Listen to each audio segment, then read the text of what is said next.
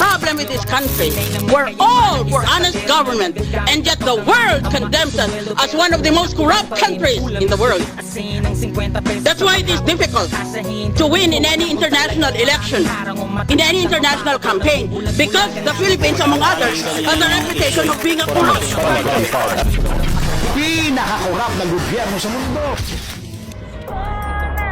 Kung may mga proyekto ang gobyerno na substandard o palpak ang pagkakagawa, meron ding mga ghost project. Pinondohan ng ating mga buwis at ng gobyerno. Pero niho, wala pala itinayo.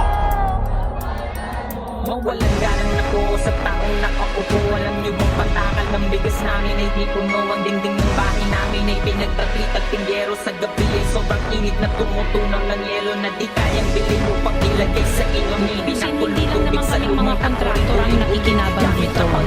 Marami din sa inyo, mga politiko, ang nagpapataba ng bulsa sa pangungurakot. Ang totoo, may hati-hati yan.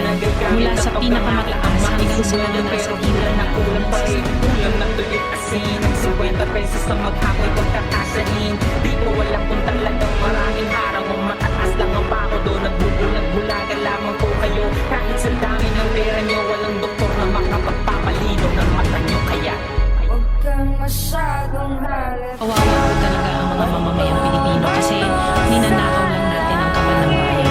Pera ng pambayan pero tayo ang nakikinabang. Hindi ba tayo nahiya? Ang mga mahihirap mas lalong naghihirap. Kaya tama na ang pangungurot natin.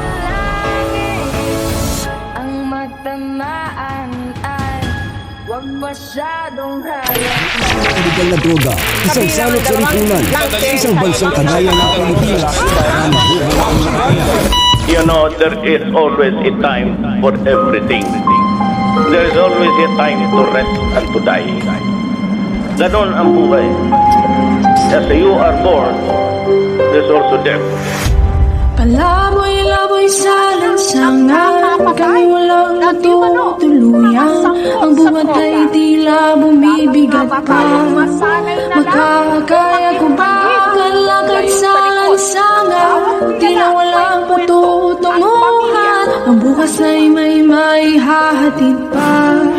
Basta't kasama ka. Ulak ka rin doon, pataas sa riles. Pilit na nag-iipon, pambili ng diles. Kamutin mo sa kahon ay aso na pambilis. Isang balding tubig sa pambasahan ng panglinis sa sahig. Sakit, pait na dinalas. Lupi parang damit na ginuwit ng matalas. Kaputin ng util kahit di magkaparehas. Kahit pa ng yagit ay may karapatan sa bukas. Pangalawa ang Pilipinas sa may pinakamaraming kaso ng online na pang-abuso. Nagurian na ngayon ang Pilipinas bilang bullying capital of the world. Isang grade 10 student ang pinagbubugbog sa isang paaralan sa Pilipinas. Ang biktima ng krimen, madalas na pambubuli o